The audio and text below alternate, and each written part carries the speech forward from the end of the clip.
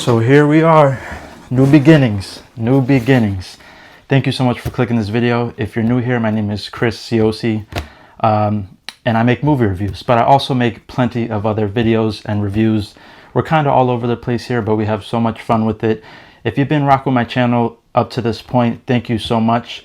I usually have the blue screen, or green screen I should say, but then I turn it blue, but I'm switching things up. So as you can see, I took down the green screen, and now we have nothing but a big empty bookshelf. So my plan is, going forward with this channel, I'm only going to do one video per month. This is going to be a very long video, probably 3 hours. So you could think of it as like, you know how they have these podcasts that are very long, or nowadays you could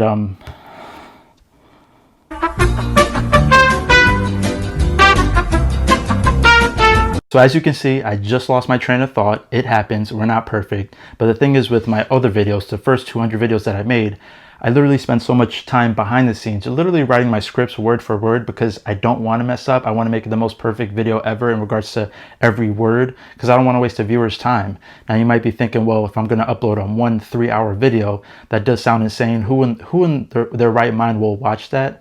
But that's why I'm thinking that the reason why I'm doing that is because I don't just talk about movie reviews. Like I said, I have so many other reviews, from travel reviews to vlogs. So this way, if you want, you could skip to that segment, because I'm going to have chapters in there. And this way you could, it's something for everyone. So I'm going to mess up a lot, as you can see just now. So I'm just going to maybe chop this little intro up, keep this going. But for now, I'll also, going forward, since I'm not writing these scripts anymore, I'm going to go off index cards, as you can see right here. So I'm going off index cards that just have bullet points. So this way, if I do lose my train of thought, I could just keep moving forward. So like I said, my name is Chris Ciosi. Infinite Media Play is a channel. I'm going to get into that brand name later on into the video. But if you notice, I never had a microphone before. So I do have a microphone right here. Hopefully the audio is decent quality compared to before, because I'm only on the iPhone 15 Pro Max, but that don't mean nothing because it's still an iPhone, although iPhones are pretty good. But the goal is to get a nice $2,000, $5,000 camera, so I could just really take things to a whole nother level. But the way I see it, this is still experience, right? We're building up experience talking to the camera, and hopefully you guys can appreciate that once the channel levels up more and more and more. But if you love movies, please stick around, because movies will be always the first thing I will talk about on this channel. So and I'm also going to stick with the rating. So my rating system is very different. I would like to think it's fun, because every time I watch a movie, whether if it's by myself or with someone, if you ask someone like, what'd you think about that movie, right? They're going to give you the basic verbal ratings, right? Oh, it was great, amazing, it was okay, it was a piece of shit, it was trash, it was all right, it was good. So for me, I try to keep things very simple. And such as if you're in school, right? You get an A letter grade, B letter, C letter, or D letter. So for me, I just keep it simple, right? If a movie's great, it's great. If you want to call it amazing or masterpiece, but for me, that's great. And then next is good. And then after that is chill. I'm sorry. Oh my God. So the chill is my rating word for that. So to bring it back, I have great, good, okay, and bad. But in my rating scheme, I changed the wording to hype, vibe, chill, and trash. This way, it's more casual, it's more fun, it's a twist on things, it's cool, because that's how people talk, at least my generation, right? The one wording I would say is chill. So if someone could think of something better than chill, as in okay, I might switch up that wording, because, I mean, people say chill, but if anything, everyone's heard of hype, vibe, especially trash. Let's keep it real. Oh my goodness. So much trash entertainment out there, and we need to call it out. I wouldn't say my channel's trash, although according to the numbers, yes, you could say that. But I would say, you know, we on our way to a vibe. You know, let's see how this new switch up goes. No one's done this before, from what I know, and it's going to help me behind the scenes and enjoy more of my personal life more. Also level up more in my personal life, because if you guys don't know, video editing and doing this YouTube and content creation, it takes up so much time behind the scenes, and it's like, well, hold up, this is taken away from what I actually enjoy doing in life, although I do love video editing. So that's a whole nother thing. But those are the ratings. I'll probably you're gonna see that a lot throughout these videos. Hype, vibe, chill, trash, as in great, good, okay, bad, A, B, C, D, because if you get an F, it's pretty much a D. No excuses for that. So and also, all my reviews will be spoiler free. There might be some TV series review where I talk about some shit, but as you can see, I just cursed. I said shit. And to keep it real with you guys, like I said, I wrote my scripts before because I try to be very professional. But nowadays, I just don't care anymore. So I'm throwing all that fucking shit out the window. As you can see, I cursed again because I just don't care no more. So that's what it is. I'm going to be cursing a lot going forward because, you know, growing up, that's, you know, when you come from an Italian background, Italians curse a lot. It's part of the vocabulary. So honestly, that's just what it is going forward. And hopefully you guys can appreciate that genuine connection, because we all curse now and then. It is what it is. If there's kids watching, sorry, oh well, but it is what it is. I'm sure you heard cursing from your parents, but nowadays, I don't even know. I'm assuming my target audience is everyone, which is why the algorithm hates me. But we're not going to get into the algorithm and Al. He a piece of shit. I hate Al. I call the algorithm Al because he, you know, YouTube is difficult. Content creating is difficult because everyone's trying to do it and everyone likes their own thing. So I'm hoping you guys have love for me and I offer great reviews for you guys, because I feel like there's something we can all find enjoyment and relate to. So going forward, if you watch my 35 segment video, those are all the intros that I'll be showing throughout these type of videos. So 35 different segments. And honestly, there could be more. I don't know. If anyone has suggestions, let me know. But for now, those are the 35, from like the reviews to other stuff, such as if I want to tell a story, want to share a shopping haul. I literally try to think of everything that I could do in my personal life that I could share on screen, and it could be somewhat fun for everyone to watch. Now, I did add on here in my bio, I do have a Cash App. So I put Cash App if you want to send me any donations, any money, at Infinite Media Play. And the reason why I'm only throwing that out there, because I don't think I'm ever going to get paid from YouTube, because I'm always sharing music with you guys. And YouTube is very sensitive with sharing music because they copyright everything. They copyright everything from music to sometimes you share like a video. They flag everything. So I'm even like the numbers, you have to have 500 subs to be monetized, all that stuff. So even without the numbers, I don't think I'm ever getting monetized, because I love sharing music with you guys. That's going to be a big part of this channel, as it's always been. If you want to contact me, just hit me up on my social media.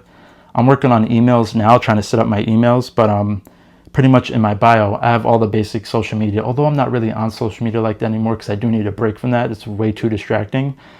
So, you know, the typical Facebook, Instagram, Reddit, Twitter, X, whatever.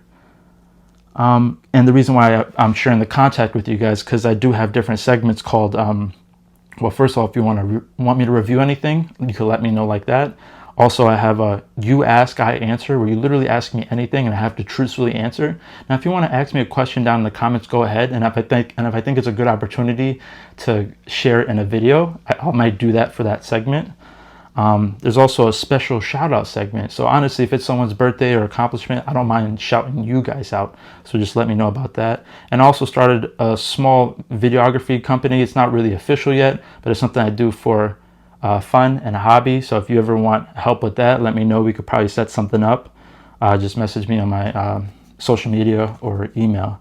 Now, I do like to do a lot of vlogs. That's where the whole videography came from, because I was doing so many vlogs before YouTube. I'm talking about like 10, 20 years ago. I've always been doing vlogs behind the scenes with family and friends, which is what inspired me to finally start a YouTube channel, which is why I love making these travel reviews outside of the movie review. So you will see a lot of vlogs with music, but it's also value worthy, because I'm promoting a lot of stuff. Obviously, these companies are not paying me, because I'm not even trying to network with them right now, because my numbers are way too small. So I just do it for fun. If I go to a restaurant or I go to a theme park, I might vlog that experience and give my rating on that. This way you guys can agree or disagree, or want to go there or not go there. If it's trash, stay away, right? So like I said, I also have a lot of music. I have the monthly music roundup, which is my personal favorite playlist for the music I'm listening to that month, from old music, new music, all genres. I love these songs. It's just one playlist. I share just 30 seconds of each song. And then I have another monthly recap of new music. That's going to be a lot of songs also. I think I'm going to do 50 songs for the entire month, because usually I've been doing like 15 songs a week, sharing it with you guys. But now I'm going to do like 50, just like 20 seconds a song of only new music from all genres of music that I think is good music. I will have a lot of random shopping hauls. I will have a lot of personal stories. I did create a segment called Story Time. So I feel like as you go on with life, I'm turning 33 this year, and I would like to say I've lived a lot of great different life experiences with myself and with people, right? So some of these stories will be about me, some will be about these people. But I mean, we all have friends, we all have family, we all have had different experiences. So I do think some of these stories are funny that are worth sharing. And the way I share it leads me into my next point, which is comedy. I do think one of my gifts is comedy, and also being a relatable person, just being from different, just knowing people from different backgrounds, and also having an open mind in regards to art and entertainment. So I feel like two of those things combined are two of the gifts that God gave me, and that's why I'm trying to continue with this YouTube, because with life purpose, that's a whole nother topic and subject. But I think it does start with your skill set, which is your gifts, and kind of what God's guiding you to do. So there will be a lot of random, funny stuff I'm going to be talking about, going to be doing, thoughts. I might bust out and sing a random song, because I do that. I'm trying to present myself on camera how I am off camera. So if I'm doing dishes, I come up with a song on the spot and it's fire, I might just do that on camera. I swear, I don't care. So maybe a freestyle, maybe a dance. I already did a dancing video about a year ago, so I'm gonna keep that going. If you could find it, good for you. If not, expect a dancing video sometime this year, because I'm gonna keep doing these theme videos, you know. So random stuff, but it will be very, very funny in my opinion. So, because if I think I'm funny, hopefully you think I'm funny too, right? But other than that, guys, if you could like this video, comment on it so we could get some engagement going. I would really appreciate that. And definitely subscribe, because with this new video format, I would hope that it benefits both of us, because I think it's good to give each other space in regards to a connection you have with someone, right? Because if you're hitting them up every day, or you're uploading and you're in their face every day, it's kind of a lot. So this way, once a month, you could anticipate great new content that's worth your while for sure. And with that being said, definitely hit the bell notification, the bell icon on YouTube. This way you get that reminder. I didn't really promote that back in the day, because I personally don't like notifications like that when my phone's blown up all the time.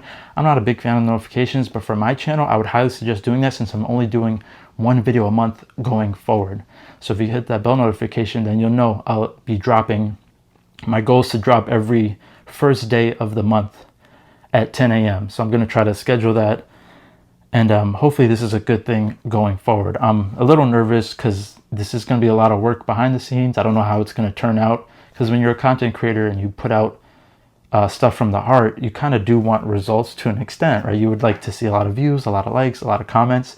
And a lot of us content creators who are starting out or kind of stuck at the bottom, it is difficult, at least for me. I don't know how some guys do it, but it is tough when you put so much work into something and it doesn't really get good results. But I always try to keep in mind, well, as long as I love the process, that's all that matters. So that's kind of what guided me to doing YouTube. If I could just find something in life where I love not the end result, but the process of doing it, I think that is what makes life and the journey worthwhile. So other than that, thank you so much for this intro.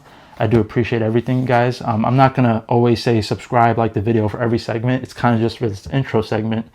And I will always do an intro segment probably for every video, not as long as this. This is my first time doing it. As you can see, I kind of messed up in the beginning and had to start over. But for now, that's it. Let's talk about some movies. Let's go.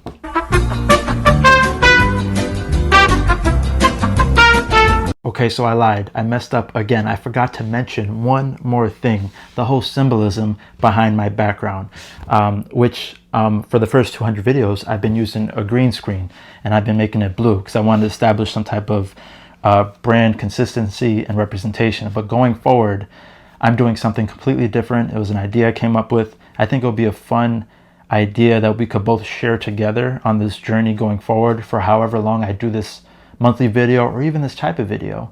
I might switch up the monthly video and maybe stream every day, upload every day, get back to like two to three videos a week. But for now, I'm doing just the monthly videos.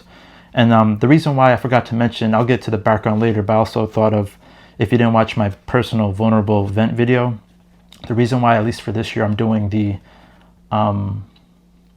monthly videos is because I have to get underbite jaw surgery for my underbite. So I'll talk about that more in a different segment of this video.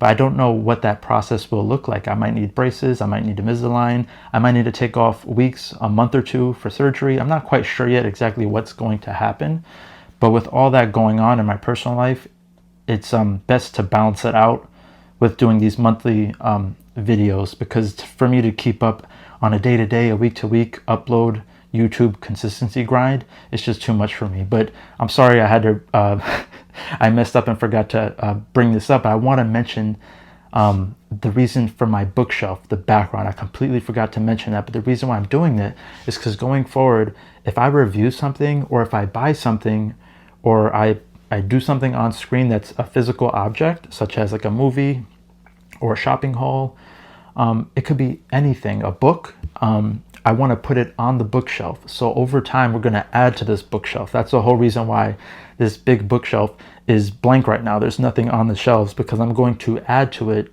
every month going forward.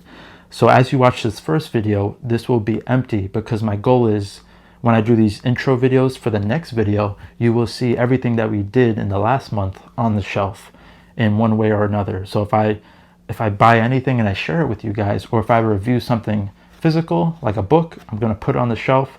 This way it's something we can always look back on, and we can add to the shelves over time. We can rearrange things. The goal is to fill up the bookshelf, which, trust me, we could easily do, because I pretty much had this filled up with all of my media collection, easy.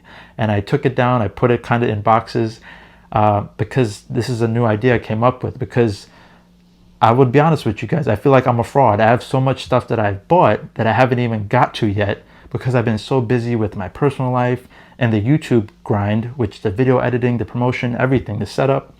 And for now, that's why I think these monthly videos is going to help me, just enjoy life more in regards to consuming a book, a movie, a TV show, whatever I got going on. And then I can add this stuff back on the shelf, right? Because nobody likes a hoarder, and I'm not a hoarder. I'm a collector. I'm a collector, but I'm not a collector that just buys shit just to buy it. Some people do that. I don't do that. If I buy something, I plan on using it and enjoying it, right? So my goal is to always fill up these bookshelves over time. I think it's going to be very fun, and something that we could all feel like we're on this journey together. So with all that being said, this is officially the end of the intro. I hope you enjoy this first monthly video. Every video will not have all 35 segments. My goal is to have at least half of that. So, and it will be different, right? I'll always have the reviews pretty much for the movies, the books, the video games, TV series, definitely music, definitely a vlog or two. But the other extra random segments, that will be interchangeable. It'll be switching out throughout the month. So it will be random, and I think that is something fun. And like I said, if you don't have to watch this video entirely, obviously you can skip by clicking the different chapter in the video. You can go back and forth, but let me know down in the comments which segments you're looking forward to. Which segments do you enjoy the most? And like I said, thank you so much again. Definitely subscribe. Definitely hit that bell icon. And with all that being said, let's go. Let's have fun with this.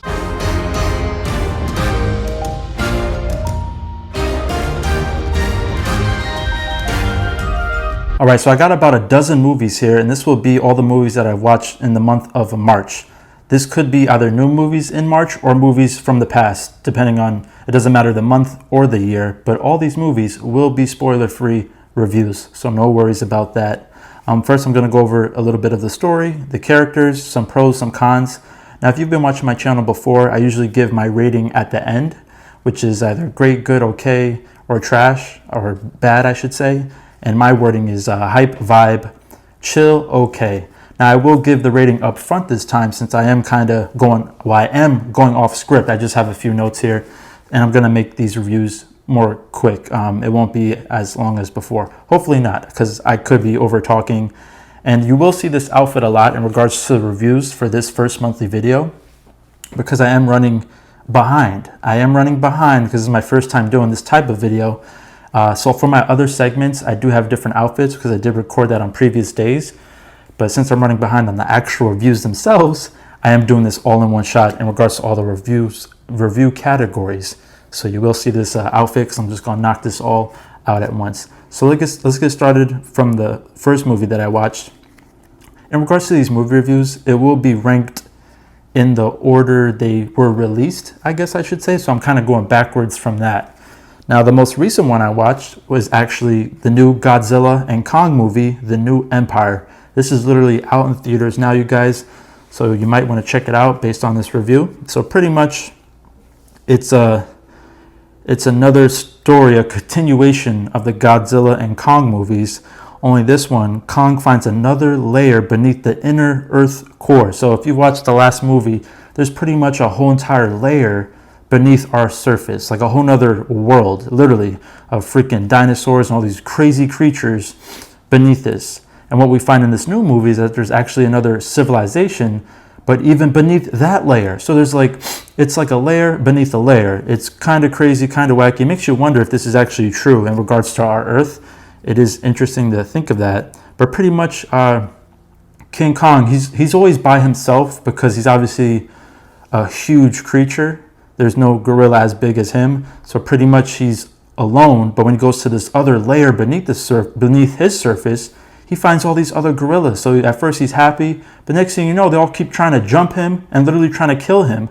So just when Kong thought he found his family, these apes are going ape shit crazy. Literally, they're trying to hurt my guy Kong. Even this little fucking baby Kong, this little baby gorilla is ruthless throughout the entire movie. But you want to pay attention to that little baby Kong, baby gorilla character, because he does have an interesting character arc. Let's just leave it at that. But the fighting scene was hilarious. If you've watched this movie, you know exactly what I'm talking about because it catches you off guard. This baby gorilla puts up a good fight against Kong, but Kong don't play that shit. He will put you in your fucking place. So that's pretty much what it's about. And he finds this other layer, like I said, and all these other gorillas, but these other gorillas are ran by this huge orangutan gorilla. I don't know, but he's definitely a tough battle against Kong. So difficult that Kong actually needs help from Godzilla. So that's where Godzilla comes into the picture to try to help Kong defeat this new monkey villain. I mean, gosh, this guy kind of has a crazy weapon. So it is interesting to see all that craziness go down. Now, in regards to the characters, or the actors, I should say, we do have Brian Tyree Henry, who is the comedy relief. But in my opinion, he wasn't that funny. He had very few funny parts that stuck with me. But overall, it's obvious he's a comedy relief character. The child actor did really well, in my opinion. I believe her name is Gia, and she's actually deaf in real life. So that alone is very impressive how they were able to tie in this real-world actor into this character that communicates with Kong. So, and other than that, in regards to the characters, I'd definitely say pay attention to the baby Kong. That baby gorilla stole the show in regards to humor, savagery, and just triumph. So definitely an interesting character in regards to that baby Kong. Now to go over some pros. Oh shit, hold on a second. Now to go over some pros. I just realized I didn't give the rating up front like I said I would. But I'm gonna give it to y'all afterwards. Like I said, I'm doing things reversal now, so I'm kind of all over the place. But in regards to the pros, let's see. Oh yeah, for the pros, I'm just having a hard time reading my handwriting. This is a type of movie where I think they did give the fans what they want. And in regards to these crazy graphic visual effect movies, we don't really care so much about the human characters per se. We want to see Kong and Godzilla fight, you know? And that's pretty much what you get in this movie. For 80% of the movie, maybe 90%, it is nothing but these damn crazy CGI, not even CGI, these visual effects. I mean, these creatures, these dinosaurs, these crazy monsters are fighting each other within this inner core, or inner realm, I should say. So if you really love visual effects and you love these monsters fighting, I think you're going to have a great time. Because I did think the visual effects were pretty good. That's just my opinion on that. I thought the fight sequences were pretty awesome in regards to some of the sound effects and just the fighting choreography. Because keep in mind, this is all visual effects, right? Because none of this shit is actually real. And there's actually an interesting plot twist towards the end. And this does call back to the previous Godzilla movies specifically. So if you love those other Godzilla characters that you might have seen before, then you might look forward to that, because some of them make a return. I think some are also new characters from way back in the day, because keep in mind, I believe Godzilla is like a 60-year-old franchise. Absolutely amazing for the film industry. Now the cons, here we go. I do have boring human characters, like I said about that, right? They're not really the main focus in this type of movie. They obviously play a part because we need the human characters to take us from point A to point B. And to help Kong, absolutely, they definitely do help Kong. They assist with something. But other than that, they were very boring in my opinion. Not that the actors did a poor job, it's just the script is very bland and weak. Let's see. And yeah, another con, back to the visual effects. I do think that the visual effects are so strong in this movie, as in just visually there, that it does outweigh the story depth with the human characters, right? So, like I said, if you just want to go into this movie and watch crazy visual effects and you don't give so much about the story, I think you're going to have a great time. So I went into this knowing that. I'm like, oh God, here we go. Another Godzilla and Kong movie. Let's fucking get it. Like, I'm that type of movie watcher where it doesn't have to be that serious. I do go to the theaters specifically for visual effects. That's the main reason why I enjoy going to the movie theaters. If I'm going to watch a drama, something about a murder, I'd rather watch that at home on the couch, to be honest with you. But to see something on the big screen such as this with the visual effects, I think it's a great opportunity. Although I don't think it was a great movie. So to give my official rating now, I would say that this was definitely a vibe. And a vibe just means I had a good time. I thought it was a good movie, about 8 out of 10. So sorry about that. I meant to give the rating up front. I'm thinking if I should just give it towards the end as I normally do, since I'm so used to doing that. I don't know why I got that in. Okay, so for this video, screw it. I'm just going to give my rating at the end as I normally do. Now, if you've been watching my channel, you might know that I do sound bites. I do like those sound ratings because I find it hilarious. I just never really got feedback from the audience, the people that watch, if they enjoy that or not. So for now, I'm not going to do the sound bites. I might bring it back in the future if I have more time to edit, but for this month, I am running really behind on the upload because I'm trying to upload on the first day of the month, and I'm already behind on that. Now, the next movie I watched is also a brand new movie, but should you check it out? This is not Godzilla, Ghostbusters, another G movie. Ghostbusters Frozen Empire. It's out right now in your local theaters.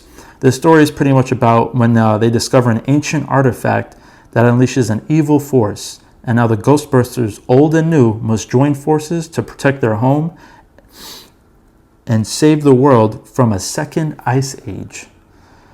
So pretty straightforward. I mean, God, another franchise movie, am I right? And I'm a sucker for that. I don't know what it is. Maybe it's the loyalty in my characteristic. If they're going to keep coming out these movies, I got to check it out, right? That doesn't mean I have to love it, though. Let's keep that straight, right? Even the Ghostbusters, I do enjoy the original 2 movies, but that was before my time, right? Because I grew up in the 90s, whereas I believe it's the 80s movie. But it's still a classic movie, no doubt. Now, I did like this original Ghostbuster remake movie, the prequel to this Frozen Empire one. I did not like the female one. I hated that one for obvious reasons. Oh my God.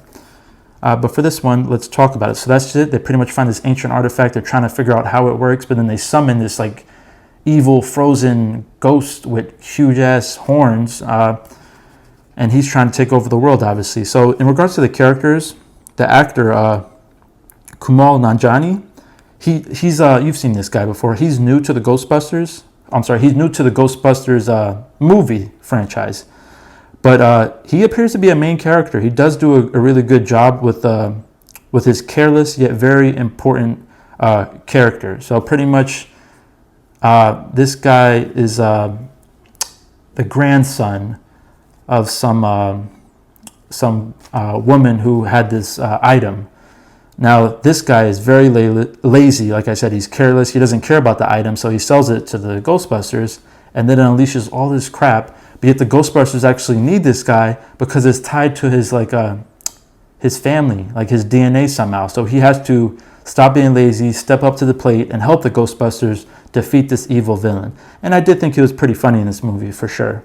Now, I have in my notes condom. What the fuck? Here we go, condom. I'm going to get to it right now because if you've been watching my movies, when you go to these movie theaters like AMC, they be hooking you up. Sometimes you get a poster. Most of the times you get a poster. This time they gave your boy a Ghostbusters condom. Look at this. You think I'm playing? This is a motherfucking condom right here. Look at this. It looked like a fucking condom with the Ghostbusters on it. I'm gonna open this up for you guys. I've been waiting to use this. Nah. I've been waiting to open this, right? So this is for free. Now, obviously, I'm joking. It's not a fucking condom. But it sure do look like it. Ghostbuster, invisible. You definitely getting pregnant using this thing. I'll tell you, because this, I don't trust it, right?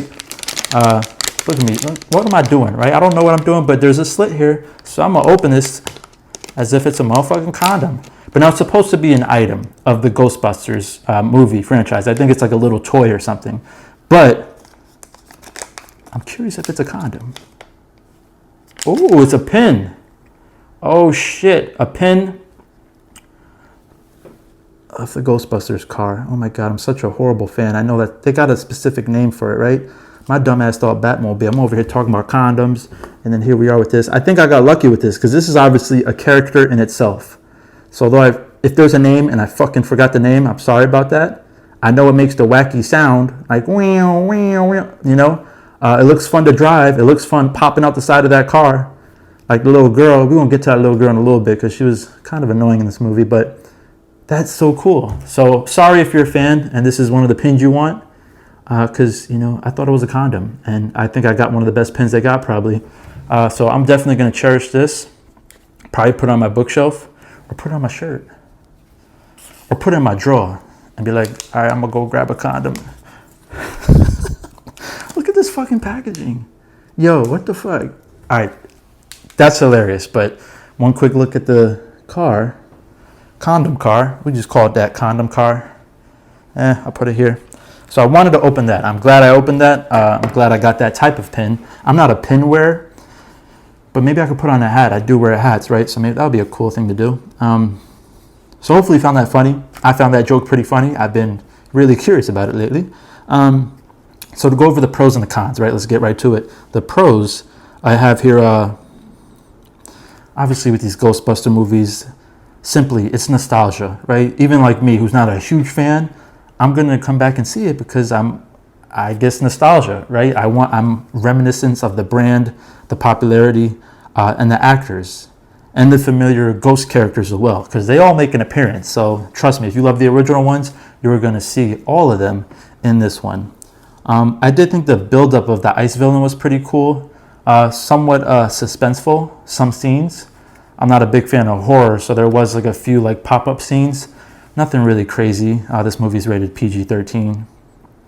So is the Godzilla and Kong movie. But that's it for the pros, guys. Really not much pros, to be honest with you. And for the cons, I have here way too many characters. I mean, anyone with two eyes could see that there's way too many characters going on in this damn movie. From the kids, to the adults, to the damn ghosts, to the new characters. Like, there's even like new characters from popular actors that I think you'll also be happy to see. Now, this is I don't want to get into this too much because I could be wrong about it. Because the little girl in the movie, she is just a teenager. But I wasn't sure what Hollywood or this movie was trying to promote or do. And I have nothing against it, but it's just kind of strange what it was leading to. Now, I do have here like there's some type of LGBTQ narrative for the daughter. Because the daughter comes very close with this other female teenager ghost. She's literally a female, like a teenage girl with an actual girl face. Not no scary ghost. She literally looks like a human. And they get really close. But the whole time you're watching, it's like, well, is this just like a friendship or is this something romantic? Because their relationship does grow over time. And I was curious that like what it was leading to. Not saying it made me uncomfortable. It's just, honestly, that whole female ghost character felt so unnecessary. That character did annoy me a lot. The character was obviously purposeful because, you know, obviously it's tied to the story. Like, I'm not going to spoil it, but I just found that relationship kind of weird and dragged on and just so even predictable. Besides that, the romantic part, I don't think it was romantic, but let me know down in the comments if you guys think the same way. Like I said, I don't have nothing against it. It was just strange what they were trying to do with that. It was very weird. And I just thought that woman ghost was fucking stupid. Now, I do have a slow pacing and build up. It was a slow pacing and build up in my opinion. I hate when movies do that. Like you have this awesome looking villain, but yet you wait till like the very end of the movie to fight the villain, and then he gives like a half-ass effort. It's like, what the fuck, you know? So I just felt like it was very slow pacing and a predictable script, right? Like I mentioned with the relationship and all that stuff that goes with a predictable script, right? Nowadays, you could kind of tell what's coming from a mile away with the foreshadowing. So with all that being said, this rating, I would give a chill rating, which means it's okay. And that's funny because chill, and it's the Frozen Empire, and it was a chilly day in New York because obviously you saw from the trailer, everything was pretty much frozen. So definitely a chill movie. Next movie I have here, it is a documentary, but it's in like a long form format. It's not like a TV series. I actually have here, it's on Hulu. And this actually just got released like a few days ago. And I don't know, I have time now. I wanted to watch it. So I have here Freaknik, The Wildest Party Never Told. Oh yes, we're going to get into some history because I wasn't around at that time. I was just a little kid, so I couldn't have been there partying like that. Plus I'm white, not that it matters.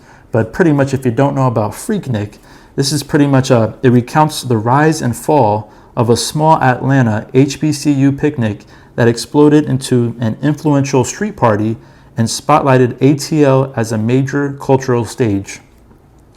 Now, if you don't know HBCU, that does stand for Historically Black College and Universities. Not that your boy was about to go to one, because I think they do accept white people, right? But I was about to join a fraternity, but that's a story time for another time. This is all about the history of black culture, specifically in the South, specifically in Atlanta. And I thought it was an interesting watch because it started off as a spring break hangout. For those that have been to college or even high school, right? We all have off for spring break for about a week. But if you go to school far away from where you live, you might want to stay on campus. So pretty much in the 80s, a group of friends threw a party and they called it Freaknik. And the reason why they called it Freaknik is because it was from that song from the 80s, Le Freak, Le Chic. So like the intention wasn't to be like freaky as in sexual. It was like that song. It was supposed to be like a fun party song. But as time went on, like within the next like 5 to 10 years, Freaknik became a whole nother, it became a phenomenon, absolutely, in regards to just having a good time partying. It's pretty much the black culture or the black type of party, black American experience of a Woodstock. You know, Woodstock, mostly white people will listen to country music, not country music, I think rock music, right? Rock music, celebrating, having fun, partying, dancing, drinking, doing drugs. But in this one, people just having fun, eating food, dancing with each other, and having a good time. Like it was a safe environment at first, but then over time, as you watch it, the men became way more aggressive. The women got way more uncomfortable, reasonably so. And it just got very awkward and kind of unsafe for the entire city. But I would say Freaknik definitely made Atlanta very popular, and it also made hip hop very popular. So you have not characters, but I have here, you have real life artists that were in this documentary, such as Jermaine Dupri, 21 Savage, Killer Mike, Jalen Rose, who's a former basketball player, Lil Jon, Rashida, and Uncle Luke. Everyone is pretty much a rapper. Now, Uncle Luke is from Miami. Now, Miami threw some crazy parties, but it was nothing like, I'm sorry, did I say Atlanta? Uncle Luke is from Miami. But this documentary kind of shows how that style translated to Atlanta, and then Atlanta took it to a whole nother level, pretty much. And pretty much to go into the pros and cons of this interesting documentary, because I had a fun time watching it.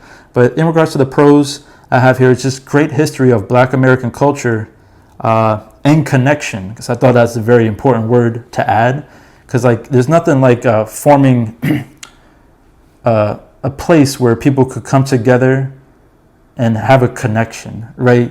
And a good connection. So you definitely see the connection thriving at the beginning, or in the middle, I should say, right? Because in the beginning, it was just like a cool hangout spot. And then it got super popular and successful with big name artists coming out and definitely more freaky. Let's just keep it real.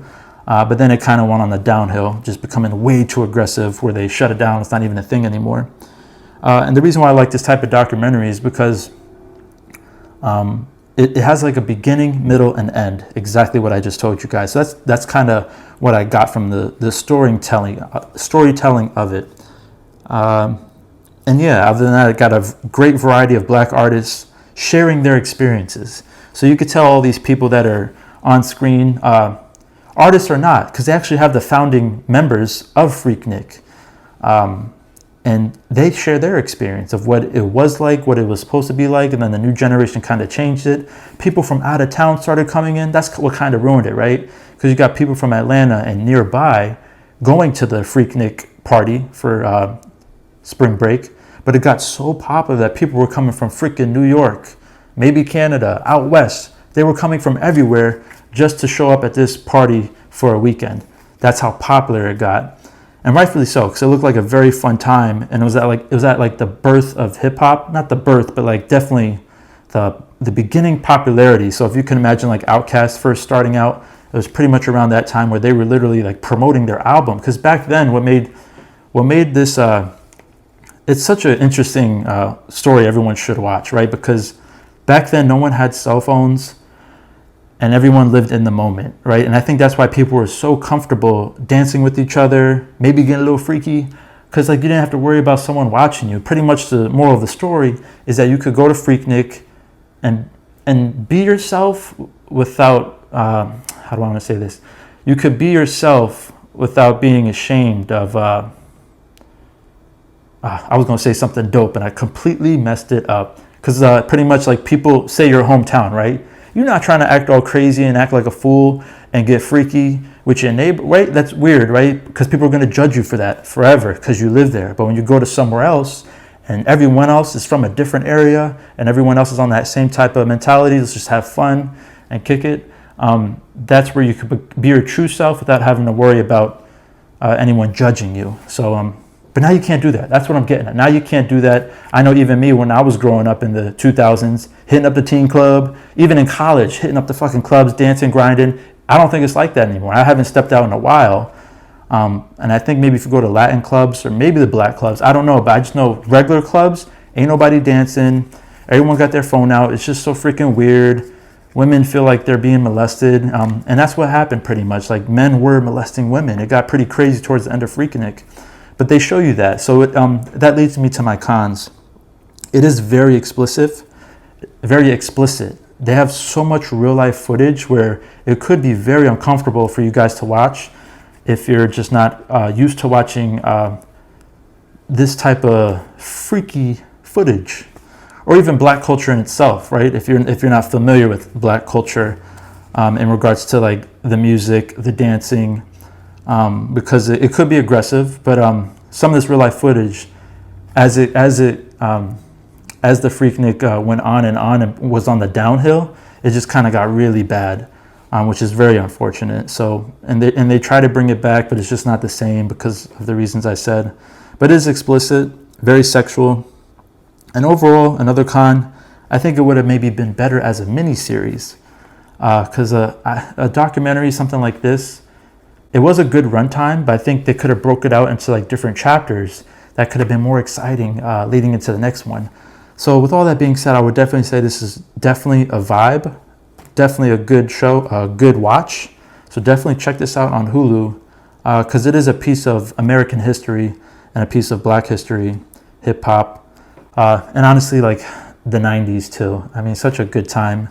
I think even the younger generation is wishing they grew up in the 90s. I see that like on TikTok and social media because it was that perfect time of early technology, but not overconsumption of technology.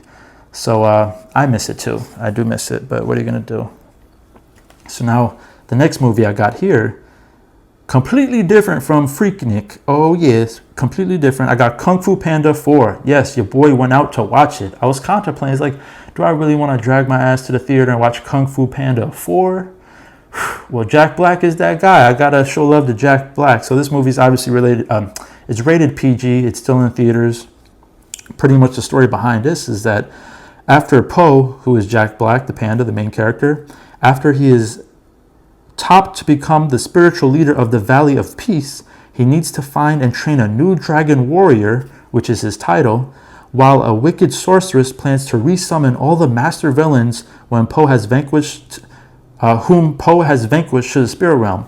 So pretty much in the past 3 movies, Jack Black, Poe been kicking ass, literally kicking all this ass of these villains, putting them in the spirit realm, and now this sorceress who could literally shapeshift into any of these villains. So she brings them back from the spirit realm, and she takes their identity, and that's pretty much how she's able to fight Jack Black's character Poe. So it's definitely a challenge for Poe, and that leads me to my characters. Obviously, Jack Black is a star, such an iconic character. But now you do have the Chameleon, who is the villain of this movie, and it's actually voiced by Viola Davis. Viola Davis is obviously a great actress, and I appreciate her effort in all her bodies of work, because even with a silly animated cartoon character like this, you could tell she puts effort behind her voice to come off very intimidating. So I enjoyed her performance. And a performance I did not really enjoy was this new character called Jen, and it's actually voiced by Aquafina, and she's a fox. And this character is pretty much like a hustler who's trying to help Poe, but you're not sure if you could trust her. But I'll get into Aquafina later in regards to the voice acting. Oh God. Because, Hollywood, they just love using the same people. I mean, I'm going to get into that. Let's talk about the positives first. So now the pros. It's simply another Kung Fu Panda, Jack Black fighting adventure. If you love Kung Fu Panda, you probably like this one as well. It's an evolution of the main character as well. So I did appreciate that, like I said in the synopsis. He's been the Dragon Warrior for a long time, but now he wants to pretty much retire, or his mentor wants him to retire. But now Jack Black is struggling to find predecessor, like someone to take his place as Dragon Warrior. So it is an evolution. So what I mean by that is that I guess this story was necessary to tell, because sometimes with these spin-offs, it's like, fuck, another one, is it really worth it? And I did think the movie had good animation and comedy. I did laugh at a few parts, and I thought the animation was good as well, like the fighting choreography. Very impressive for animation. Now the cons. Shit, here we go. I thought the script was decent. Obviously some obvious foreshadowing. Let's see. Here we go. I guess my main con, which really annoyed me, maybe not for you guys, it's either if you're a fan or not. I'm going to break down why my fandom, or what's the word? I'm talking about Aquafina. So she's in this animated movie. I had no clue she was in this movie, so that threw me off. Because her voice is so distinct, you already know that's Aquafina. At first, when we first heard about Aquafina, it's like, dang, her voice is so distinct, I either hate it or I love it. I was cool with it. I could say I loved her voice at first, and I kind of still do, but I just need a break because she's in so many animated movies, and I actually took the time out to list every single animated movie she's played within the past few years. It ain't like she's been around for a decade, so she's in like all these animated movies, and these are big budget movies, and she plays a fucking bird every time. Oh, I'm gonna get to it. Here we go. She was just in Migration. Migration came out like the other month about the ducks. She was the crackhead pigeon, or the thug pigeon from New York City. That was a funny ass character. I like that one. But then on top of that, she was in The Little Mermaid, the remake. She was a seagull singing that piece of shit song. Fuck that song. And fuck you if you like that song too. I don't care. She was in The Bad Guys. That's another animated movie I have yet to watch, but she's in that movie. She was also in Raya and the Last Dragon. Hello, that's a Disney movie. I watched that one. She was like that fucking dragon. That was a cool movie. I don't think she was as annoying in that movie, since I think her character was a little bit more serious. Apparently she was in the SpongeBob movie, Sponge on the Run. She was in the Angry Birds movie, the second one. And her first one, I guess she was in Storks, another fucking bird movie.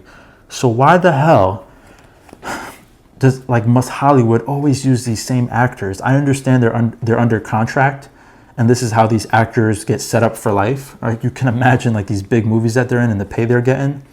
But I just think as a fan such as myself, I like to be the voice of you guys, right? And I want to see new talent, because I'm tired of these actors they reach their peak of career, but that doesn't mean they have to be in every big time movie. Chris Pratt is another example. I'm really pissed off that Okay, he's Mario, which is a whole nother debate and topic. But on top of that, he's in the new Garfield movie. Why the fuck you got this big time actor voicing two huge iconic animated characters within a few years? Why? Garfield could have went to somebody else entirely. But that's that. So to rate this Kung Fu Panda 4 movie, I'm giving it a chill rating. I just thought it was okay. Now the next movie I have here is Dune Part 2. And wow, this movie definitely blew me away. It's pretty much how the main character, Paul Atreides, unites with, Paul Atreides, he unites with Chani, and which is Zendaya's character. He unites with Chani and the Fremen, who's her people pretty much of the planet Dune. And they're pretty much seeking, well, especially Paul, he's seeking revenge against the conspirators who destroyed his family. So if you watch Dune Part 1, that's the setup of how his family had to go to Dune at the Emperor's request. But little do they know they were set up to fail from the beginning, because pretty much the Emperor wanted them killed off by the Harkonnens. And the only ones to survive was pretty much Paul and his mother. So now they unite with the people of Dune, the Fremen, who are the Sand People, and the whole second movie is pretty much how to get revenge, go to war, and redeem his family's legacy. And this movie it's a lot of fighting, and it's also some romance. So it's definitely a lot going on, best of both worlds. So actors that I thought were perfect, I mean, they were all so great, don't get me wrong. But just to name a few, Rebecca Ferguson, who plays the mother, was great. I thought Zendaya was great because in the first movie, she didn't have that many lines. Austin Butler is one of the villains. He did a wonderful performance, very intimidating. And Javier Bardem, I would say he was my favorite. He played Stiglar, which was pretty much the leader of the Fremen and kind of like Paul's mentor. Such a great actor. Very funny, too, in this movie. Oh, my gosh. Now, Timothée Chalamet obviously is the perfect Paul Atreides if you've read the book. Just through and through. Great performance by him. Florence Pugh and Christopher Walken are new additions to this movie, and I thought they were good additions as well because they're both great actors. Now, to get into the pros and cons, a lot of pros, just to tell you guys right away, because I absolutely definitely enjoyed this movie. Amazing directing by the director. I think his name is Denis Villeneuve. I think he mainly does sci-fi movies, but I don't think I've got a chance to watch any of them yet. I just know I fell in love with the first Dune, and I fell in love with this one, and I'm a big fan of his. I want to definitely go check out all of his movies now, because I think he's also directing the next one. Because if you don't know, the movie Dune is based on a whole book franchise by Frank Herbert, which was in the 60s, and it's a whole sci-fi movie. Now, with this movie in particular, guys, you got to watch this in theaters if you still can, because the sound design, the acting, the cinematography, everything about this movie is so incredible if you love film. Like I told you guys, I'm a casual viewer where I could go watch a crazy-ass King Kong Godzilla movie, but a movie like this should win awards. That's how good the cinematography is. All the details is perfect. I thought the runtime was really good. It's definitely over 2 hours. I think it's around 2.5 hours, 2 hours and 40 minutes, but it was a good runtime to tell this type of story. And there's just so many themes from religion, ecology, love, hate, betrayal, and redemption. The score, the music, oh my gosh. It's loud as shit, don't get me wrong, but sometimes there's those subtle romantic moments where it's just so beautiful.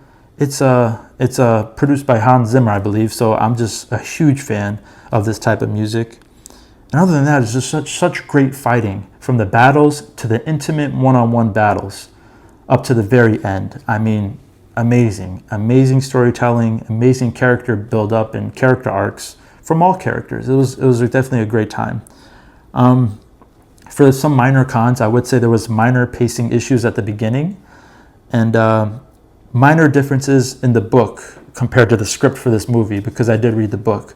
And I'll get to that later in my book review, but just some minor differences. And obviously, we can expect that when converting from a book to the screen, right? But overall, guys, this was a great movie, definitely hype. Now, to go on to my next movie, this is actually One Love, the Bob Marley movie.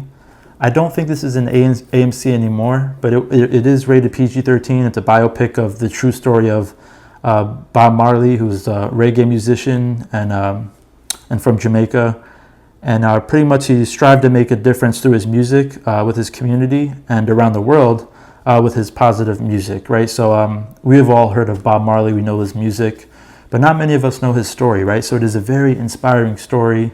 It's almost a scary story too, because his life was definitely threatened, but he was probably one of the bravest people to walk this earth, because despite all the politics and all the threats, he still did what he loved to do, which was not just make music, but to unite people. Not just people in his country, but people around the world through love. So definitely a revolutionary man. I love biopics like this. But to get into the characters, the actor who played Bob Marley was Kingsley Ben-Adir, and I thought he was perfect in regards to him speaking in his voice and his mannerisms. Because if you don't know this, he's actually a British actor, and the boy can't sing, but he knew this going into it, and he made sure everyone knew. This guy took his job extremely serious because the family selected him personally, and he's like, "You sure you guys want me? Because I'm fucking British, mate. I'm British as fuck, you know?" And they're like, "No, we want you because you got the look, you're a good actor." And what did he do? He really took the time to perfect his Bob Marley voice, his mannerisms, and I believed it. Shit. Hopefully y'all believe that little British accent I gave, you know what I'm saying? Because sometimes it just comes out. What are you going to do? But the next actor I have here, or actress, I would say was the wife, Lashana Lynch, who plays his wife, Rita. And she's also a great, she also gave a great, powerful performance. I believe she was in the Marvel movie. And you could tell right away who's a great actor. I did think this woman was a great actor. I thought she was good in the Marvel movies as well, but obviously Marvel movies could be a hit or miss depending on the script. But she's a powerful actress you definitely want to pay attention to and watch out for. Now I'm just getting into the pros and cons. Pros, I have it's a great cast, great music and song selections, right? Because when you're talking about an iconic artist like this, like the band Queen in Bohemian Rhapsody, there's so many songs in their catalog. You got to choose wisely what songs you want to play in the movie and how you want it to play. Such as the song Jammin', right? That was a song where they kind of were literally singing the song like, I don't know if they were creating it. I think they were creating it. And I love scenes like that where you see like how the song was created. And the other songs they were just kind of performing. A decent balance between music, family, and politics. I did think it was well balanced between those three main subjects of his life. And another pro is obviously the main actor, in my opinion, because the guy's not even Jamaican. It's crazy.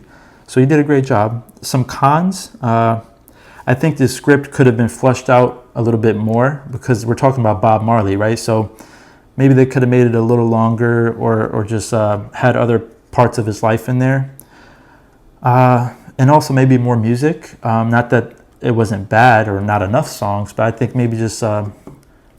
I don't know. I think this movie was more so on the revolutionary political side than the actual music creation side. So it did have like that darkness to it. But I think it could have been more of the music side too, just of creating the songs like I mentioned before. With all that being said, definitely a good movie and a vibe. So the next movie I have here is Migration, the duck movie I was telling you guys about. So I did watch this. I wanted to bring my parents to watch it too. But it was an interesting outcome in regards to how I felt about the movie, because this is one of those movies where you watch the trailer and it looks so damn funny. You just keep watching it and watching, and you're so excited to watch the movie.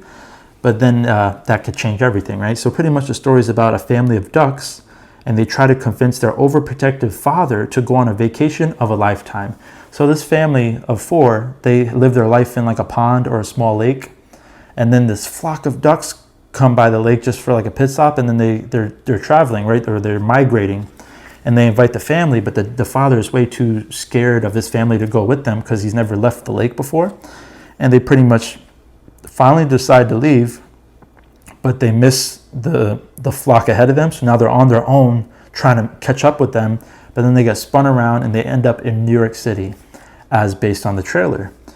Now to go over some of the characters, Kumail Nanjiani is in this again. This was the guy from the Ghostbusters movies. He's the father.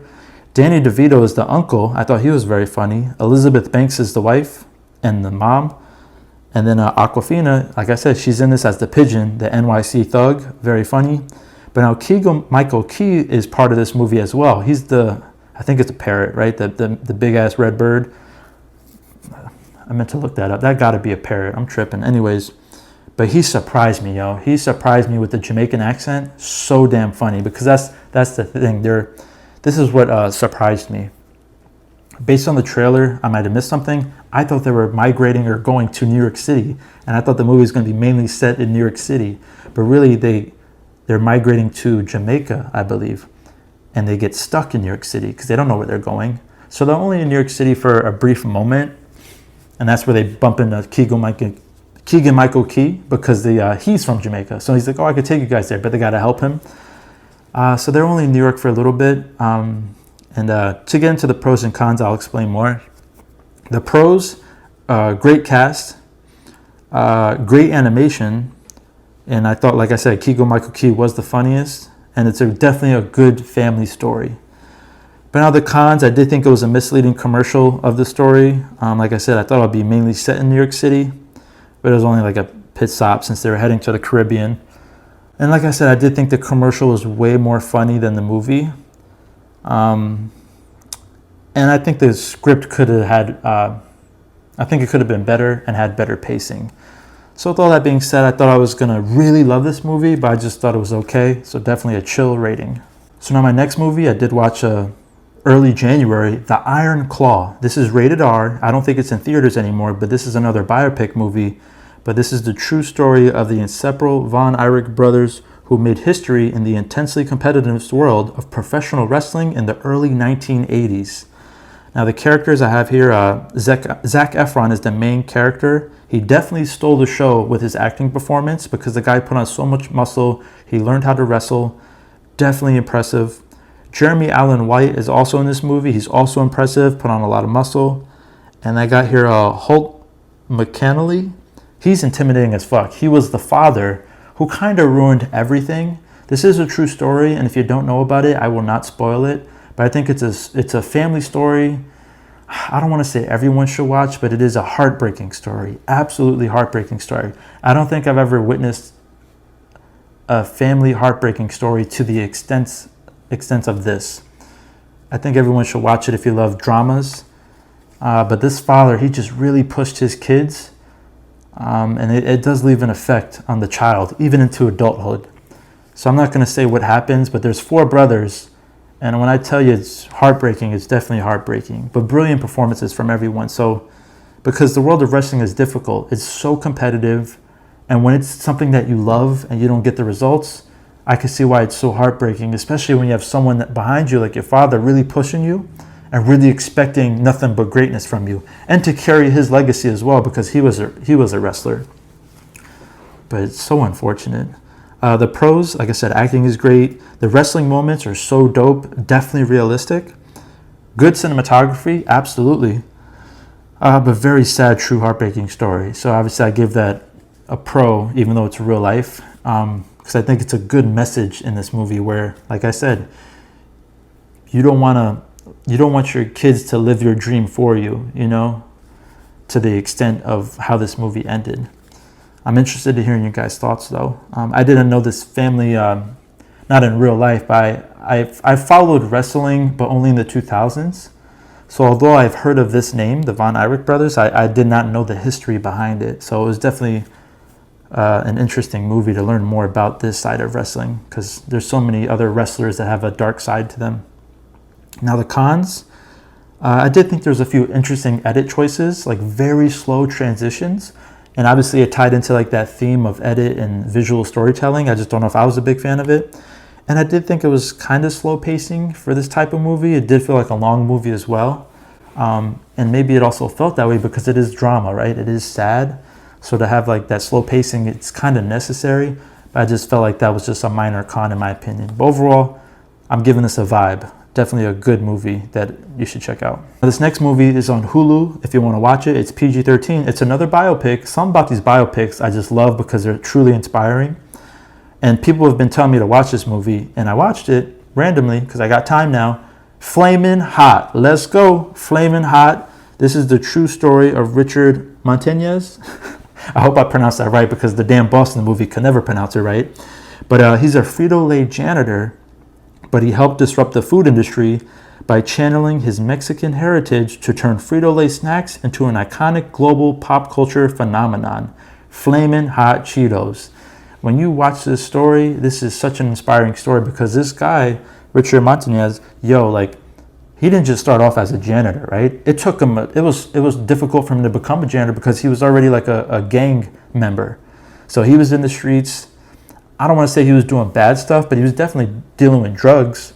But you could tell he was a good-hearted person, and he was also a very smart person, because although he wasn't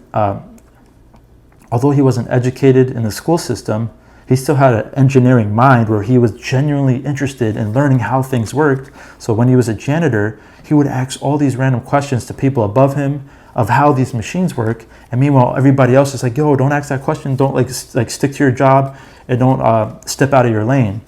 But he didn't give a shit because he was genuinely curious. And then he heard from the CEO that, the CEO wants people to be more innovative, and he took that shit to heart. And then he started working on his own spicy Cheeto behind the scenes, because with Mexican culture, Latin culture, maybe even black culture, I come from more of an Italian white side because we don't deal with this spice that much. We might have a little spicy sausage, pause, no diddy, but you know what I'm saying? But other than that, I'm not a huge fan of Flamin' Cheetos. That's what I'm getting at. Judge me all you want, but the Flamin' Hot Cheetos is hot as fuck. On to the characters before I get carried away, because this is getting out of control. This little kid, Bryce Gonzalez, I found him on social media. So this is a big star. This kid is very young, but he's popular on social media because he's just so funny. He's talented. He's a cute kid. And in this movie, he's always doing the taste test. I don't know why. The family got the little kid doing the taste test. Like, you think it's too spicy? Is it not spicy enough? And his reaction every time is so funny. And then he finds the right spice. And I guess the kid knows what's good, right? But that's why this Mexican culture is so important in our society, because they are so close as a community where they trust each other, right? So if they're like, yo, let me know if this is spicy, they take their word on it. And I feel like you see how a product could start in a small community, but yet in other communities in America and maybe around the world, they could also agree to it, right? Because just because you're in a Mexican American, or even a Mexican, if just because you live here, if you grew up a certain way and you're used to certain flavors, that means someone on the other side of the country will also agree with you.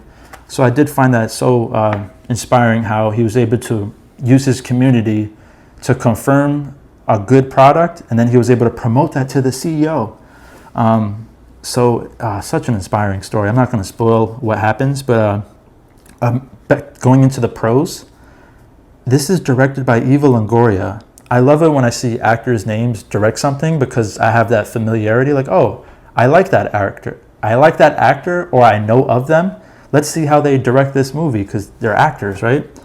And I loved her style of this. Her directing choices is what makes this movie. That and the main actor, both of those in sync is what makes this movie very fun in my opinion, because her directing style is so fluid. It's so funny, but then she also has those brief downtime moments where things get very serious or kind of romantic. Like it has also the family values behind it throughout the whole entire movie. Such a great directing by Eva Longoria. I didn't know she had like that. I mean, come on, let's go. So I think the reason why she did a great job is because the script was so perfected, because Richard, who's the main character, the real life guy, he was one of the writers. So I think that's also very helpful because it made the script just flow flawlessly. So the actor, Jesse Garcia, he played Richard. So this actor, Jesse Garcia, I thought he was brilliant. I really enjoyed watching this guy's screen presence.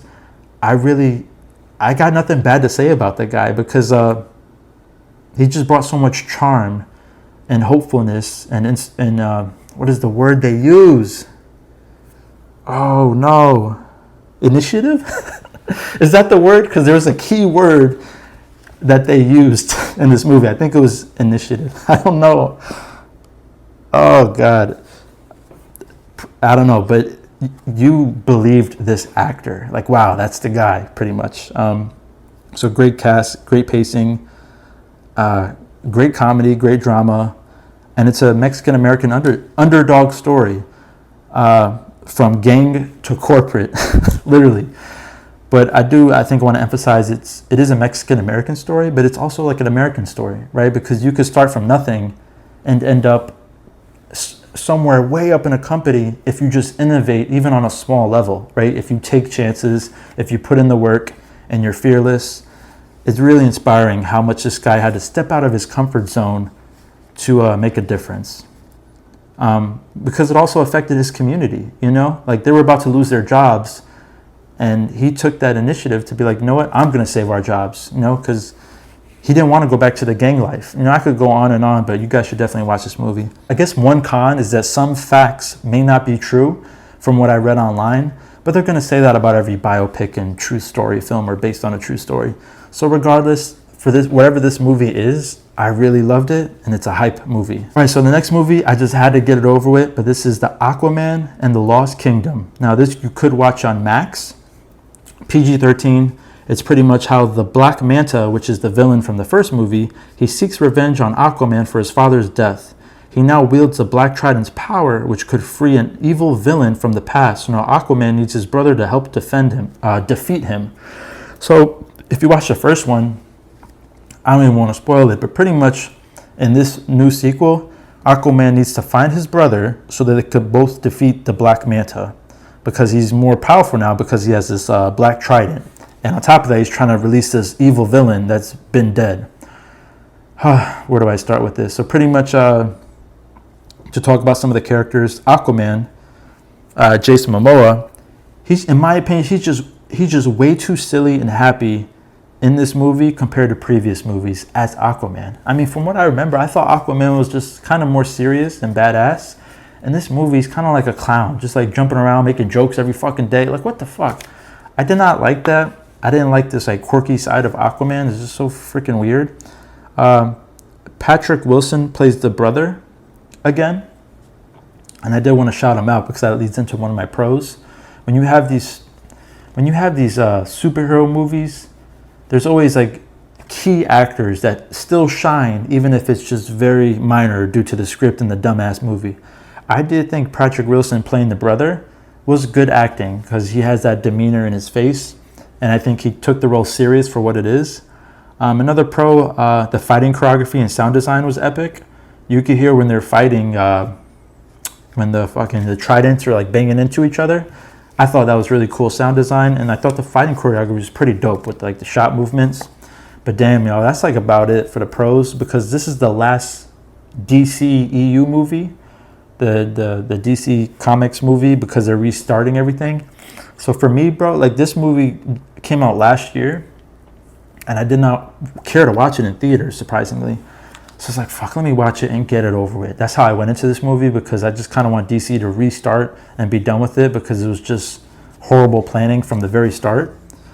So some cons, like I said, awkward comedy action movie compared to the previous films.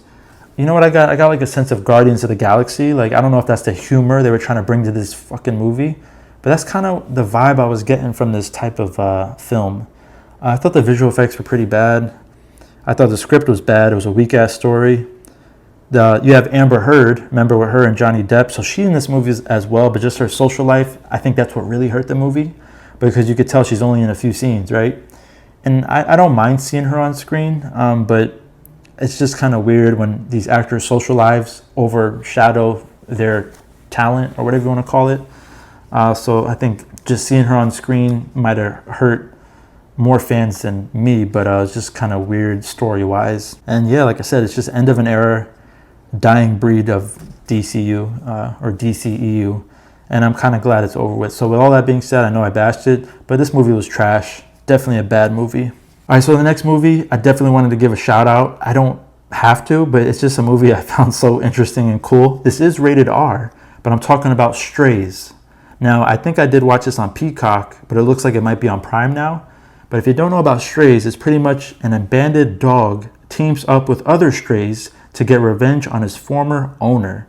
Now, this is the movie where you have like dogs on screen, but their mouths are moving, and like obviously it's like a human voiceover. Now with all those movies that we've seen in the past of these animals on screen with the human voice talking, we've never had a movie where it was rated R and these dogs is cursing up a motherfucker. I'm talking about Jamie Foxx specifically. So Jamie Foxx plays Bug, who is hilarious. He's kind of like the best friends of Reggie, played by Will Ferrell, who's kind of like an innocent, cute dog. He's the main dog. And since he's such a nice dog, his owner is the worst of the worst human beings. I mean, sometimes with my dog, I feel like I might be like a bad owner at times. And maybe I take him for like a 5-minute walk when everyone's like, no, you got to walk him longer than that.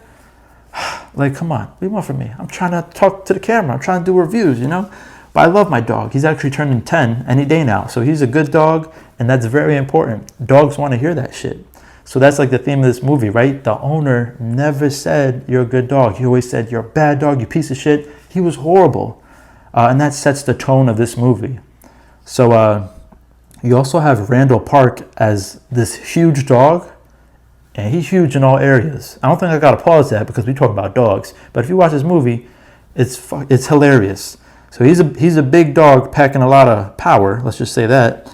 And then you got Isla Fisher as the female dog. I thought her voice was very funny and very quirky. But so for the pros for this movie, so they pretty much the main dog gets lost, and then he meets these new dogs and they're his friends, and they try to get him back home. And obviously, like as I've said before, but for the pros, I thought it was a great cast. I did enjoy the cast. I thought the script was hilarious, and I thought it was also very relatable for dog owners. So since I'm a first-time dog owner for the past 10 years, maybe that's why I'm like really excited to watch this movie. I don't own it, but I think I will buy it because it's one of the movies where I can watch over and over, and I think it does get more funny over time. I thought it had good messaging. I thought the music was good. I thought the pacing was good. About an hour and a half. I think those movies are the sweet spot, yo. I'm telling you. Unless it's an epic sci-fi like Dune and it's an amazing story that needs to be told that's over 2 hours, I think we could keep movies around an hour and a half, like the fucking 90s. Like those movies are classics because like the script was so tight that like it just flowed perfectly. It didn't have to be no fucking 2 hours. Like I said, it's the first movie of its kind. And it reminded me of Sausage Party. If you remember Sausage Party, that was like the first animated movie, but for adults. It was rated R. It got super freaky deaky at the end, disgusting. But other than that, they cursing. And this is an animated movie. So I wonder, like for people with kids, like what if they click on that by accident? Holy shit, even with Strays, right? Your kids watching Screaming, like, ooh, dog movie. Let me watch the fucking dog movie. Not that they're cursing like that, but they be cursing like that after the movie. Because next thing you know, they cursing up a storm. My only con is that it's explicit cursing, so it may not be for everyone, right? You could call this one of those trash movies, but I thought it was hilarious. So with all that being said, it's definitely a great movie. It was hype. All right, so next, I got another random movie that I decided to watch out of nowhere because it was in my watch list on Hulu. It's an animated movie, but it's also a musical comedy. It's PG-13, and it's from 2002. This is Adam Sandler's 8 Crazy Nights. First time watch for me, from what I recall, because I've seen what this movie looks like. I've recognized characters, the look of the animation, even some of the voice acting. Oh, I forgot how bad the voice acting is. I'm going to get to that. But pretty much this story is all about Davy Stone, who's the main character. He's an alcoholic with a criminal record, and he's sentenced to community service under the supervision of an elderly basketball referee who goes by Whitey. Now he has to reform and abandon his bad habits while helping Whitey get recognition from the town. Now Adam Sandler is impressive in this movie because he does voice the 3 main characters, from Davy, who's pretty much like himself, that's who he looks like, but then he voices these 2 older white people who goes literally by Whitey and Eleanor, and their brother and sister. True fact is that his wife voices the female character counterpart in this movie. So I did find that interesting that his real world wife was part of this movie. I don't know if they were married at the time since this was back in 2002, but most likely. So just to give some pros, it's a good story. It has good story themes of hope and helpfulness, and I do like the fun, simple animation. Even the runtime was pretty good. But unfortunately for the cons, I did think the script had bad decisions because it is one of those comedy movies where they could throw in random jokes or spin-off segments. I did think there was just bad script decisions in regards to the flow of the movie. I did find the music bad. I'm not gonna lie to you guys, forgetful, because this is a musical. They be singing out of nowhere, but I just wasn't a fan of the music at all. And unfortunately, I was also very annoyed by the voice acting from Whitey and Eleanor because I just felt like it was way overused. And I didn't know it was voiced by Adam Sandler, but regardless, the voices he does for these two characters are very distinct. It's almost like Aquafina on like a level 10. Whew, that's saying a lot. But if you've watched this movie, you know what I'm talking about. I think that was the purpose for these characters, to make the voices sound that crazy. And I just did not find it funny. I didn't really find anything really about this movie funny. But since it is about like religion and around that holiday time of year, I found the themes of the story very good and interesting. I just didn't find the movie funny at all and just bad all around. So I'm giving it trash. Now, one of my subscribers did shout out this movie. He wanted me to review this movie. So if you're watching this, this is for you. This is Aladdin from 1992 on Disney Plus, rated G for family. And Aladdin is a classic, right? So let's talk about it real quick. It's pretty much, obviously, as you guys know, the magic lamp that gives 3 wishes for better or worse. Now you have Aladdin, who has good intentions. He wants to use his wishes for love, to kind of somewhat make a difference, but just for like good intentions from his heart. But then you have someone like Jafar, who wants it for power and nothing more. He wants to control everyone and everything and be the wealthiest man and most powerful man in the world. So those both are kind of fighting for control of the genie and the lamp for their wishes. Now the characters, obviously you have Aladdin, Princess Jasmine, you have Jafar, who's the villain, you have the genie, who's played by Robin Williams, who we all love and miss. Did he get an Oscar for that film? I should have done more research. I think he did, but such a brilliant performance from Robin Williams, absolutely legendary. I don't think anyone could do voice acting like the way Robin Williams does. It's amazing. It's almost mesmerizing. Oh man, I miss actors like that for real. But to get into the pros of this movie, because there's just so many pros. The music is outstanding, from the actual score with the instruments to the songs. Like, I just miss these beautiful songs in regards to this movie. The runtime is perfect, obviously. The pacing. But what I noticed from rewatching this movie, because I love directing and editing, I think Disney is so good at doing like those wide shots for their animated films. And the wide shots whenever they're doing transitions, right? Like if they're going from point A to point B, they'll show a wide shot of the city or the desert. And if you pay attention to like those minor details, I find that art looks really beautiful, how they kind of expand the whole scene and area. And that's something that I was really impressed after watching this. I was like, wow, those are nice clips right there, right? Like nice shot selections. The voice acting is brilliant on all parts. Like everyone's voice was just so distinct. So much comedy, romance, drama. The only con, and I don't want to be one of these woke people, but when you go on the IMDb shit, like I said, the voice acting, brilliant, amazing. But it is voiced by all white people, I'm assuming. They look white to me. And obviously this is like an Arab story, right? These people were from the Middle East, right? I don't have a problem with that. But if you were to make this type of movie now, oh, people would get fucking pissed. Sorry for cursing for a Disney film. But I'm the type of person where representation is important, but I also want good quality. But I do think you can find good quality with the representation, right? Whereas maybe back then they were holding people back, or I don't know. I don't know because I don't really know some of these actors, right? You don't really hear from them anymore. But I just know their voices for these characters were just so iconic and perfect. But it is interesting going back and looking at some of these voice acting selections. So that's the only con, but not really, right? But it is an interesting observation I made. But other than that, this is a great movie. Absolute hype. I absolutely loved it. And I told my subscriber I still want to watch the other ones because I haven't watched them in years. I forgot what they're about. If you guys don't know, there's like a second Aladdin, a third Aladdin. I even think there's a TV show. And man, I definitely plan on going to Disney Plus and watching that.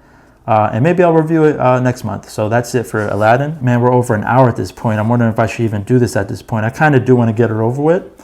But I have Godzilla -1. And my plan was to just quickly read off my final script. So I actually wrote a script for this movie because I wanted to do like a separate video for it. But around that time is when I kind of like got really low and sad, and I kind of took a break from YouTube. But I still have the script here in my notes. And like I said, I wrote all my scripts previously. And when I write this, it's like word for word from the heart, probably corny. So I was like, you know what, for fun, let me just read this to you guys. And because this movie meant a lot to me. It surprised me. So the title I would have gave this separate video is Godzilla -1 has officially won me over. I'm not crying. You are. I'm so corny. But it is what it is. So here we go. Godzilla -1 is the brand new Godzilla movie in the 60-year franchise with over 35 movies. See, when I write my scripts, I be doing my research. I think it's a game. That stat alone, I had no idea how far back and consistent this franchise went. And honestly, I think I've only watched the recent Godzilla blockbuster movies that are in this new monsterverse. So I definitely need to do better in regards to watching the classics, because this new movie falls into that category of classics. This is definitely one of those movies that I think all of humanity should watch, because it's not what you think. And this review will be spoiler free. Here's my typical wording, but my name is Chris. I make fun reviews, blah, blah, blah. Subscribe. And now here we go. The plot follows the main protagonist, Kochi, I think that was his name, who plays a kamikaze pilot as he makes a tough decision that will change his path in life forever. Since he's a kamikaze pilot for the Japanese military, it's part of his duty to fly his plane in a suicide attack for the Emperor of Japan in battle. Before doing so, he needs to land his plane on an island to get gas, but then finds out of nowhere, Godzilla destroys the island and he's one of the few survivors remaining. He then lives a life full of trauma and regret as he tries to start a family and make his country proud. Unfortunately, Godzilla is soon to make another return to his homeland of Japan, so now Kochi and other brave men must work together to stop Godzilla once and for all, even if it's at the cost of losing their loved ones or even their own lives. So now I was absolutely surprised by the end of this movie, realizing, wow, this is not only about Godzilla and his symbolism to war and the atomic bomb, but more so about love, family, and survival, and if just for our own small circle in life. So now that I'm thinking about it, Joe, remember how I said the new Godzilla and Kong movie? They didn't give a fuck about the humans. It was mostly about the monsters fighting. We love it, cool, dumb shit. This Godzilla -1 movie, all about the humans. And at first I was worried about that, but the ending made me cry. I'm going to put it out there. I think I shed a thug tear. Just one. But yo, like, when you create these characters that are so synced, you're following them along this movie, this journey, and it just... I'm going to keep reading. I'm going to keep reading my script. Stick to the script. All right. So we all have family, friends, and loved ones, and even neighbors, and I just thought it was beautiful how after all this constant destruction and loss, we somehow still find a way to support one another and rebuild. When I think of Godzilla movies, I just think of pure chaos and destructions from him obliterating cities effortlessly.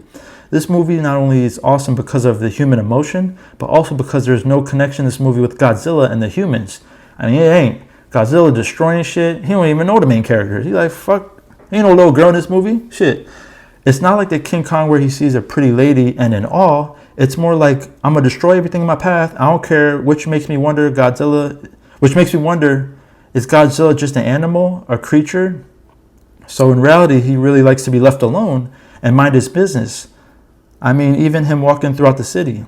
He's just walking and experimenting. He doesn't mean to be a fat ass and knock buildings down or step on people. He just doesn't like being attacked. And once you attack him, oh my God, he does not play in this movie. I'm reading my script. He does this crazy charge up beam that is the most insane weapon ever. I mean, I guess that's why he's similar, if not the atomic, he's similar to the atomic bomb. I just love the balance in this film between both sides of the ongoing feud between the humans and Godzilla. Not only is this human characters in the story beautiful and inspiring, but from a From a technical aspect, everything from the acting, lighting, and directing was spot on. Plus, what is so impressive about this project is that they only had a budget of $15 million. Meanwhile, they already made over $75 million.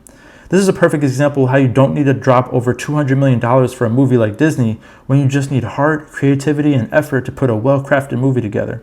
I honestly can say many negative things about this film despite maybe the... I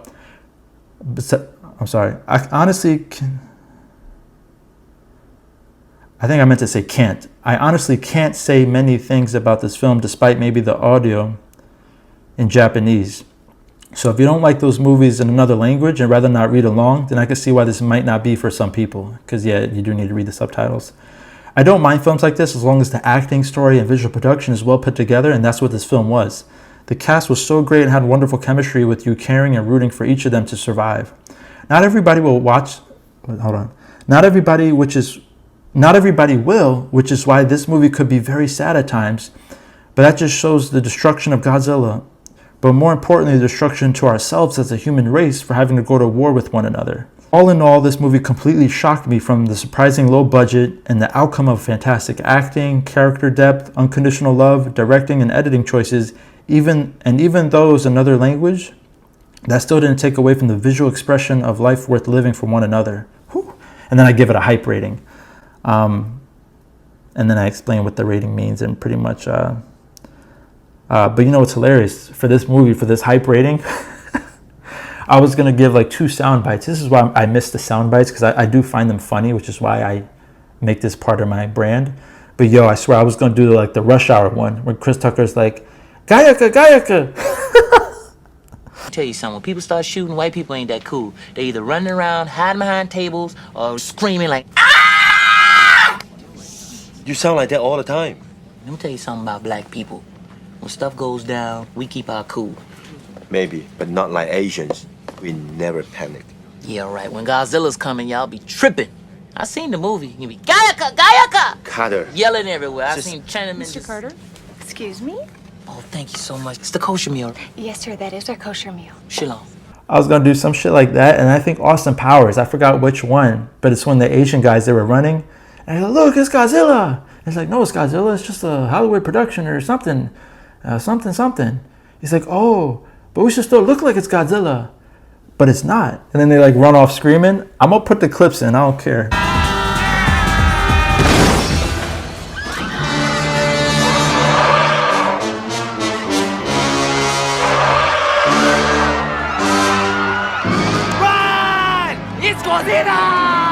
It looks like Godzilla, but due to international copyright laws, it's not. Still, we should run like it is Godzilla! Though it isn't.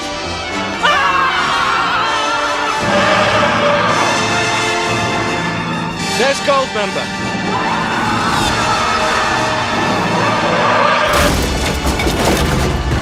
What I say here?